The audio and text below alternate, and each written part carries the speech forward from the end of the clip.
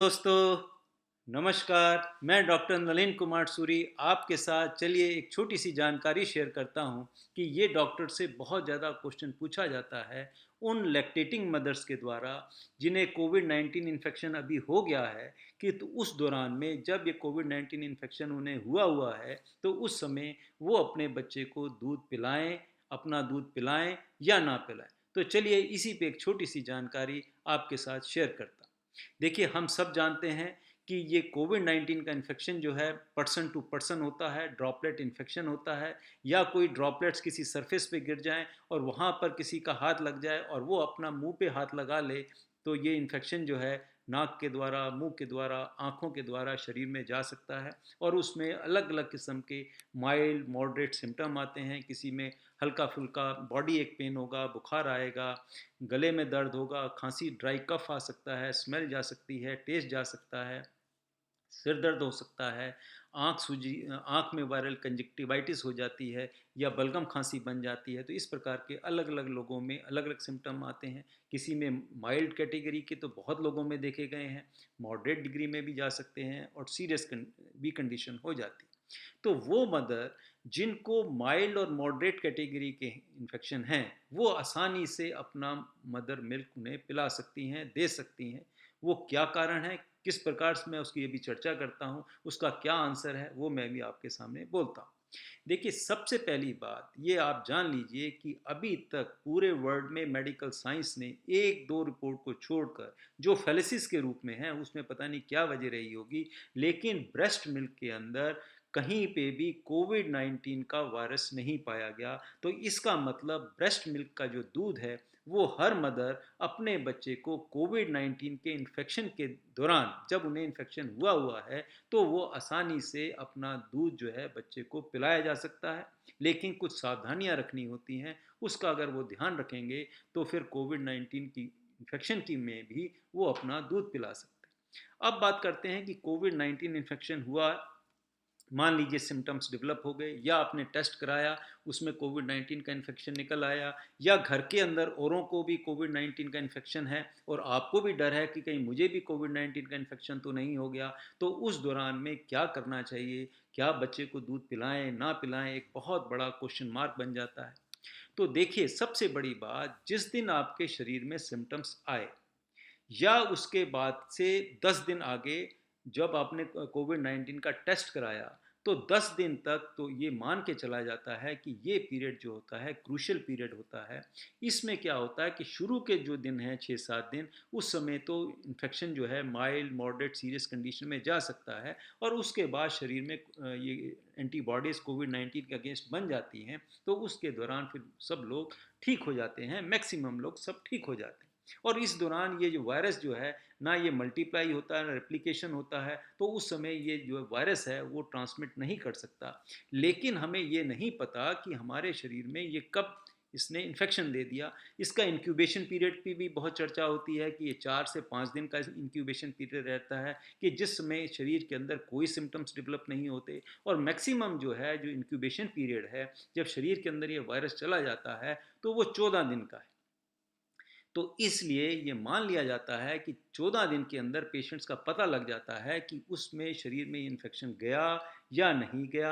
और दूसरा, अगर आपने डायग्नोस कर लिया, आपने कोविड 19 का सपोज टेस्ट करा लिया और आप में ये इन्फेक्शन आ गया, और साथ ही साथ आपका जो ये पीरियड है, ये जिस दिन आपने टेस्ट कराया था, वो आप, या जिस दिन आपका सिम्टम डेवलप हुआ था, तो वो आप फर्स्ट डे मान लीजिए। और उसके बाद लगभग 10 दिन तो माना जाता है, लेकिन प्रिकॉशनरी जो है 14 दिन का जो पीरियड होता है, ये क्रूशियल पीरियड होता है। लेकिन आप इस दौरान में भी जो मदर अपने बच्चे को दूध पिला रही हैं, मान लीजिए डिलीवरी आपके उस समय डिलीवरी हुई जिस समय आपको कोविड 19 इन्फेक्शन था, या डिलीवरी के बाद इन्फेक्शन हो गया, या जो आपका जितना, जब तक आप दूध पिला रही हैं बच्चे को, जितना पीरियड है उसमें अगर ये इन्फेक्शन हो जाता है, तो आप ये मान के चलें कि आपको लगभग 2 हफ्ते तक, थोड़ा एक्स्ट्रा दिन बता रहा हूँ, 2 हफ्ते तक आपको प्रिकॉशन में रखना चाहिए अपने को। बहुत ध्यानपूर्वक बच्चे को फीड करा लेंगे तो बिल्कुल डरने की बात नहीं है, आप आसानी से बच्चे को फीड करा सकती। जैसे मैंने पहले कहा कि ये ब्रेस्ट मिल्क में से ये वायरस सिक्रीट नहीं होता। दूसरी बात क्या है कि जो शुरू के डेज़ होते हैं, डिलीवरी के बाद का जो बच्चे को दूध पिलाना होता है, वो बहुत ज़रूरी होता है, क्योंकि उस समय 2-3 बातें बहुत इम्पोर्टेंट होती हैं। एक तो उस दूध में इतनी ज़्यादा लाभदायक होता है, रोग प्रतिशोधक उसमें क्षमता होती है, उसमें ऐसे एंटीबॉडीज़ होते हैं, जो बच्चे को भविष्य में होने वाली बीमारियों से बचा लेते हैं। दूसरा, ब्रेस्ट मिल्क पिलाने से मदर को भी बहुत फ़ायदा होता है कि उसको भविष्य में होने वाली कुछ ऐसी बीमारियां हैं, जैसे ब्रेस्ट कैंसर का रोग है, वो होने का खतरा भी कम हो जाता है। तीसरी बात होती है कि जब स्किन टू स्किन बच्चा टच होता है, तो मेंटल डेवलपमेंट भी दोनों का, मदर का भी और बेबी का, उसके डेवलपमेंट में भी उसको रिलैक्सेशन बहुत मिलती है। और ख़ास तौर पे वो बच्चे जो ब्रेस्ट फीड पे होते हैं, उनको भविष्य में साइकोलॉजिकली उनका जो मेंटल डेवलपमेंट है बहुत अच्छा होता है उन बच्चों की अपेक्षा जो कि जिन्होंने ब्रेस्ट फीड बिल्कुल नहीं ली। तो इसलिए ब्रेस्ट फीड कराना बहुत ज़रूरी है। लेकिन आपको इन्फेक्शन है, मान लीजिए, मानते हैं कि आपको इन्फेक्शन है, लेकिन उस दौरान भी आप ब्रेस्ट फीड करा सकते हैं। लेकिन कैसे कराना है उसकी चर्चा मैं अब आपके साथ करता हूँ।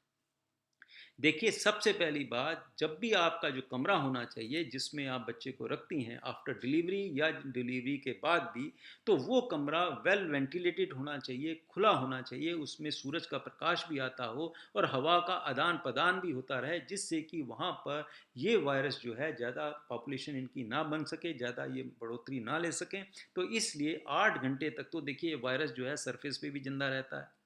तो इसलिए आप, वो जो कमरा होगा वो ज़्यादा वेंटिलेटेड और उसमें रोशनी आनी चाहिए।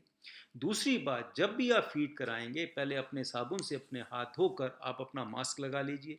उसके बाद आप बाथरूम में जाकर दोनों ब्रेस्ट को अच्छी तरह साबुन से, गुनगुना पानी से धो लीजिए, खूब अच्छी तरह धो लीजिए, सुखा लीजिए। और उसके बाद साफ कपड़े से, वो भी कपड़ा हर रोज़ कोशिश करें कि चेंज कर लें, तो बहुत अच्छी बात है। फिर उसके बाद अपने हाथ जो हैं साबुन से, गुनगुने पानी से अच्छी तरह 20 से 30 सेकंड्स लगाकर खूब अच्छी तरह धो लीजिए और उसने सुखा लीजिए। कमरे में आकर आप बच्चे को दूध पिलाइए।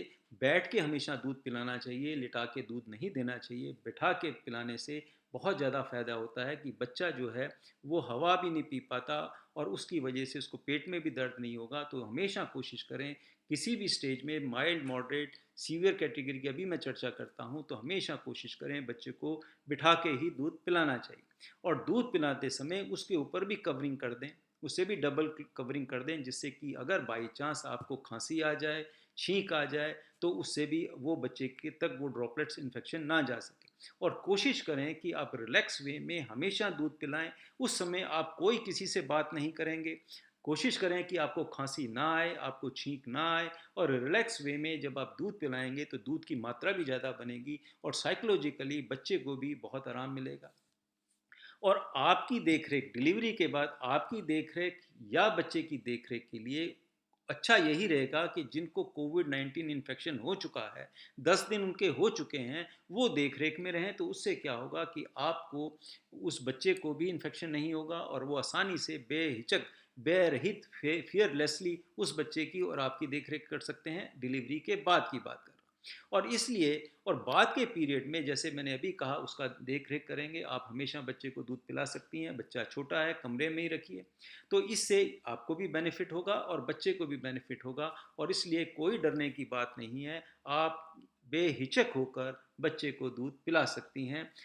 और केवल थोड़ी सी प्रिकॉशन रखनी है। और इसी के साथ साथ, मान लीजिए किसी आपको माइल्ड और मॉडरेट कैटेगरी में आपको सीरियसनेस है, कोविड-19 का इन्फेक्शन है, फिर तो आप अपना दूध पिला ही सकती हैं। अगर मान लीजिए मॉडरेट टू सीवियर कंडीशन में है, तो अगर आप दूध वैसे नहीं पिला सकती, इतनी देर आप बैठ नहीं सकती, तो आप अपना दूध जो है हाथों से निकाल कर भी इकट्ठा करके बच्चे को दूध पिलाया जा सकता है। साफ़ सुथरे बर्तन में लेकर बॉटल फीड उसे करा सकते हैं।